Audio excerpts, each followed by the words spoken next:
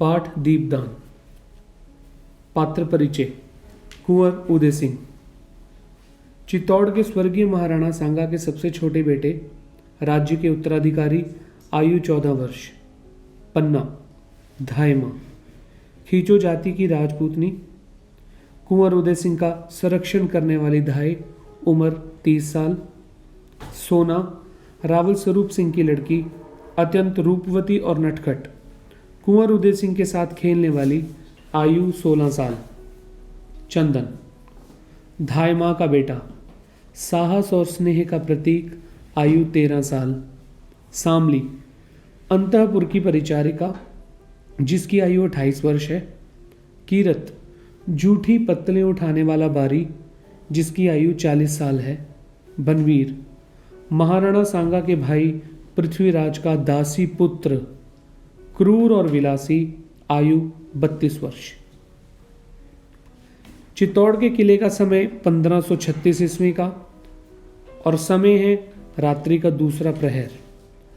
कुंवर उदय सिंह का कमरा पूरी तरह से सजा हुआ है। दरवाजों पर रेशमी पर्दे पड़े हैं। एक तरफ में उदय सिंह की शैया है, साथ में पन्ना धाय के बैठने की जगह है।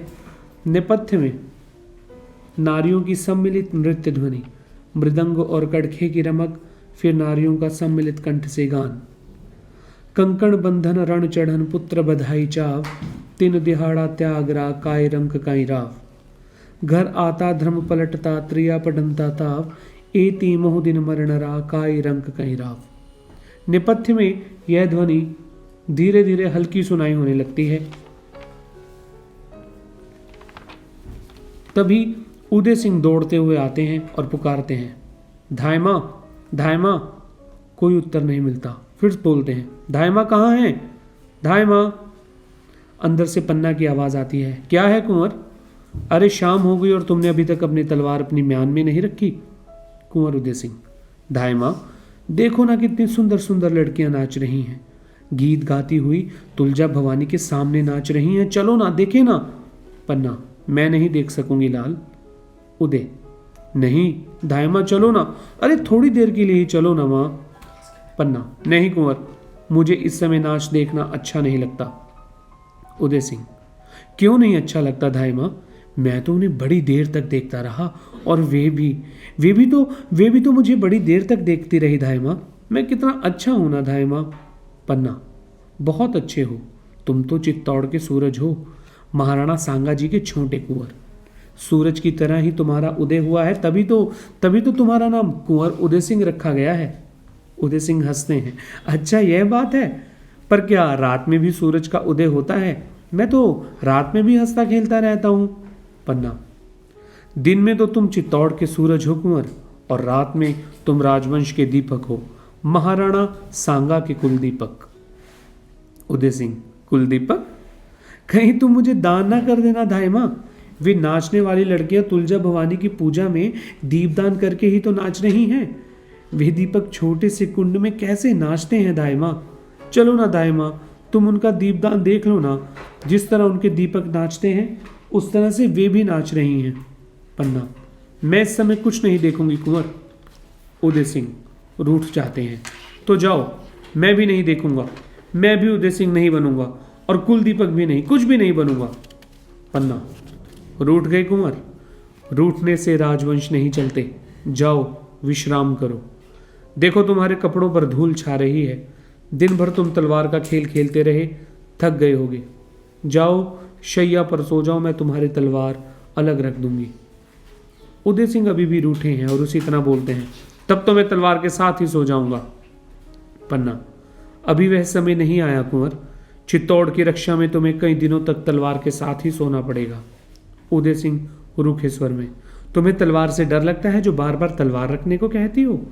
पन्ना, तलवार से डर? चित्तौड़ में तलवार से कोई नहीं डरता कुंवर।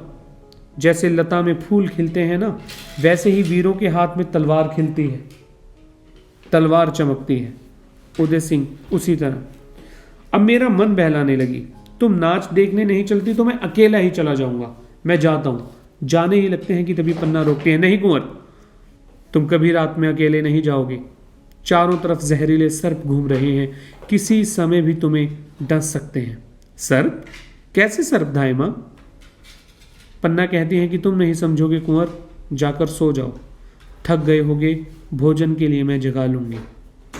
उदय सिंह, नहीं माँ, आज ना मैं भोजन करूंगा और ना ही अपनी शैया पर ही सोऊंगा। जाने लगते हैं, फिर से पन्ना रोकते, सुनो कुंवर, चले गए कि तभी कुंवर वहां से चले जाते हैं। पन्ना अपने आप से ही बात करते हुए, कुंवर का रूठना भी मुझे अच्छा लगता है, उन्हें मना लूंगी, पर ये नाच गान, दीपदान, इसी से चित्तौड़ की रक्षा होगी। चित्तौड़ में है बहुत हो चुका, बहुत हो चुका, अब तो बनवीर का राज्य है। कुंवर रूठकर वहां से चले गए हैं और अब रावल स्वरूप सिंह की लड़की, जो कि स्वभाव से नटखट है और सुंदर है, जिसका नाम सोना है, उसका प्रवेश होता है। उसने अपने पाँव में नुपुर बांधे हुए हैं, नुपुर अर्थात घुंघरू, जिसे हम पायल भी कह सकते हैं। तभी वह बोलती है, धाइमा को प्रणाम। पन्ना कहती है कि कौन? अरे मैं हूं सोना, रावल स्वरूप सिंह की लड़की। कुंवर जी कहाँ हैं? वे थक गए हैं, सोना चाहते हैं। सोना चाहते हैं तो मैं भी तो सोना हूं। पन्ना, चुप रहे सोना, कुंवर जी रूठ कर सोने चले गए हैं, तुम लोग कुंवर जी को नाच गाने की ओर खींचना चाहती हो।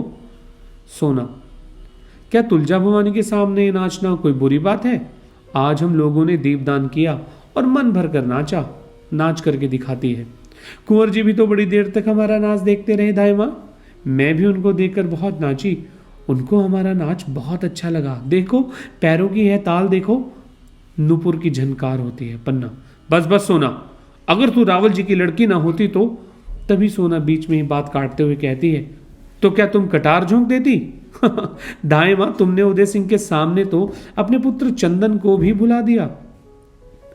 तुम्हारा मातृत्व में उदय सिंह ऐसे समाये हैं जैसे कटार को अपने दिल में रखने के लिए म्यान ने अपना हृदय खोल दिया हो। हंसने लगती है। पन्ना, यह कविता रहने दे, जानती नहीं बनवीर का राज्य है। सोना, ओहो बनवीर, उन्हें श्री महाराजा बनवीर कहो। बागड़ के इलाके से वे हाथी घोड़े की झूल लाए थे। हाँ झूल, इतनी बड़ी, हमारे लिए भी तो वे एक रेशम की झूल लाए थे। उन्हें सिर से ओढ़कर नाचने से ऐसे लगता है जैसे मकड़ी के जाले के आर पार चंद्रमा की किरणें थिरक रही हूं। हाँ हाँ पन्ना, तुम बहुत नाचती हो, बनवीर की तुम पर बड़ी कृपा है। सोना कहती है, जी हाँ, द्रौपदी के चीर की तरह। आज प्रातःकाल ही उन्होंने मुझे बताया और बुलाया और कहा, अच्छा दाइमा, अगर मैं तुम्हें बता दूंगी तो तुम बुरा तो नहीं मानोगी कि उन्होंने मुझसे क्या कहा? पन्ना, मैं क्यों बुरा मानूंगी? सोना, उन्होंने कहा महल में धाइमा अरावली पहाड़ बनकर बैठ गई हैं। अरावली पहाड़? तो तुम लोग बनास नदी बनकर बहो ना, अरे खूब नाचो गाओ। वैसे आज कोई उत्सव का दिन नहीं था दाइमा, फिर भी बनवीर ने कहा मेरे बनवाए हुए मयूर पक्ष कुंड में दीपदान करो। मालूम हो जैसे जैसे संसार रूपी सागर में आत्माएं तैर रही हों, जैसे बादल पानी पानी हो गए हों और बिजलियां टुकड़े टुकड़े हो गई हों। पन्ना, बड़ी उमंग में हो आज सोना। सोना, दीपकों के साथ उमंगे भी लो देने लगती हैं धाइमा, सारा जीवन ही एक दीपावली का त्योहार बन गया है। पन्ना, तो यही त्योहार मना रही हो तुम? सोना, मैं ही क्या, सारे नगर निवासी यह त्योहार मना रहे हैं। नहीं मना रही हो तो तुम धाइमा, तुम पहाड़ बनने से क्या होगा? राजमहल पर बोझ बनकर जाओगी, बोझ। और नदी बनो तो तुम्हारा बहता हुआ बोझ पत्थर भी अपने सिर पर धारण करेंगे, पत्थर भी आनंद और मंगल तुम्हारे किनारे होंगे दाइमा। जीवन का प्रवाह होगा, उमंगों की लहरें होंगी जो उठने में गीत गाएंगी, गिरने में नाच नाचेंगी। गीत और नाच दाइमा, गीत और नाच, जैसे सुख और सुहाग एक साथ हंस रहा है। और जब दीपदान का दीपक अपने मस्तक पर लेकर चलोगी दाइमा, तो पता चलेगा जैसे दाइमा शुक्र तारे को मस्तक पर रखकर उषा आ रही है, उषा आ रही है। पन्ना, बनवीर के अनुग्रह ने तुम्हें पागल बना दिया है सोना। सोना, दाइमा, पागल कौन नहीं है? महाराणा विक्रमादित्य अपने 7,000 पहलवानों के साथ पागल हैं, मल्ल क्रीड़ा ही तो उनका पागलपन है। महाराज बनवीर विक्रमादित्य की आत्मीयता से पागल हैं, वे अभी इस समय विक्रमादित्य के अंतःपुर में प्रलाप कर रहे हैं। यह आनंद ही तो उनका पागलपन है। सारा नगर आज के त्योहार में पागल है। तुम कुंवर उदय सिंह के प्यार में पागल हो और मैं मेरी कुछ ना पूछो धायमा, मैं तो इन सब के पागलपन में पागल हूं। तुम चाहे जो कहो। हाँ तो कुंवर उदय सिंह कहाँ है? पन्ना, कुंवर उदय सिंह की छोड़ो सोना, वे बहुत थक गए हैं, अब तो सो रहे होंगे। तुम जाओ, यहां कहीं तुम्हारा पागलपन कम ना हो जाए। सोना, मेरा पागलपन? दायमा, पागलपन कहीं कम होता है? पहाड़ बढ़कर कभी छोटे हुए हैं, नदियां आगे बढ़कर कभी लौटी हैं, फूल खिलने के बाद भी कभी कली बने हैं। दायमा, सभी आगे बढ़ते हैं, नहीं बढ़ती हो तो सिर्फ तुम, सदा एक सी। तुम्हारा पागलपन भी सदा एक सा। मैं रावल की बेटी हूं, शायद सामंत की बेटी बनूं, शायद महाराज की बेटी बनूं, कुछ बढ़कर ही बनूंगी। और तुम दायमा सिर्फ दायमा ही रहोगी। पन्ना, सोना, मुझे किसी से ईर्ष्या नहीं है। मैं जैसी हूं अच्छी हूं। राज सेवा में जीवन जा रहा है, यही मेरे भाग्य की बात है। सोना, भाग्य? भाग्य तो सबके होते हैं दायमा। ये नुपुर मेरे पैरों में पड़े हैं तो इनका भी भाग्य है। मेरे पैरों की गति में गीत गाते हैं तो वह भी इनका भाग्य है। मेरे आगमन का संदेश पहले ही पहुंचा देते हैं तो वह भी इनका भाग्य है। और जब मेरे पैर रुक जाते हैं तो ये मौन हो जाते हैं, वह भी इनका भाग्य है। भाग्य तो सबका होता है दायमा। तुम नगर के उत्सव में भाग नहीं ले रही तो ना लो, महाराज बनवीर का साथ नहीं दे रही तो ना दो। मैं कौन होती हूं बीच में बोलने वाली? पन्ना, तो क्या मेरे उत्सव में जाने और ना जाने का संबंध बनवीर की इच्छा से है?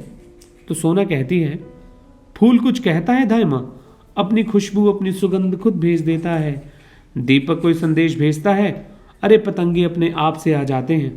पन्ना, मैं जानती हूं सोना कि इस दीपक की आग में मैं जल जाऊंगी। सोना, तो कुंवर जी को भेज देती, उनको तो कोई आग छू नहीं सकती। पन्ना, कैसे भेज देती? इतने आदमियों के बीच से कैसे भेज देती? महाराणा सांगा के वंश के एक वही तो उजाले हैं। महाराणा रतन सिंह 3 ही वर्ष राज करके सूर्य लोक चले गए। विक्रमादित्य भी बनवीर की कूटनीति से अधिक दिनों तक कि तभी सोना बीच में ही टोकते हुए कहती है, दायमा, तुम विद्रोह की बात कर रही हो। पन्ना, आंधों में आग की लपट तेज होती है सोना, तुम भी उस आंधी में लड़खड़ा कर गिरोगी। तुम्हारे सारे नुपुर बिखर जाएंगे, न जाने किस हवा का झोंका तुम्हारे गीत की इन लहरों को निगल जाएगा। यह सुख और सुहाग पास पास उठे हुए 2 बुलबुलों की तरह बिना सूचना दिए फूट जाएगा। चित्तौड़ राग रंग की भूमि नहीं, जौहर की भूमि है, और यहां आग की लपटें नाचती हैं, सोना जैसी रावल की लड़कियां नहीं। सोना अपमानित महसूस करती है। पन्ना, तोड़ो ये नुपुर, बनवीर की आग की कलियों, तुम्हारे पीछे काली राख है, यह मत भूल जाना। ये अतृप्त इच्छाओं की चिंगारियां अधजली होकर चिटकेंगी और चित्तौड़ की आंखों में किरकिरी बनकर कसकेंगी। यह आग की ज्वाला हवन कुंड को भी जला देगी। सोना, इसे बुझा दो। तुम्हारे इस त्योहार से चित्तौड़ परिचित नहीं है। यहाँ का त्योहार आत्म बलिदान है। यहाँ का गीत मातृभूमि की वंदना का गीत है। उसे सुनो और समझो। सोना शांत स्वर में, समझ लिया दायमा। पन्ना, तो यहां से जाओ, देखना इस त्योहार के पीछे कोई कूटनीति ना हो। बनवीर से पूछना इस रास रंग का आखिर क्या मतलब है। सोना, वह मेरी समझ में नहीं आएगा दायमा। पन्ना, तो जाओ, दिशाओं की तरफ उसकी हंसी में डूबी रहो, तुमसे प्रतिध्वनि भी ना निकल सकेगी। सोना धीरे धीरे वहां से चली जाती है। उसके घुंघरू अर्थात नुपुर धीरे धीरे बचते हुए दूर तक सुन पड़ते हैं। तो पन्ना अपने आप से बात करते हुए कहती है, अंधेरी रात, यह रास रंग, यह नगर के सब लोगों का अभाव, कुंवर उदय सिंह के लिए बुलावा, यह सब क्या है? आखिर यह सब क्या है?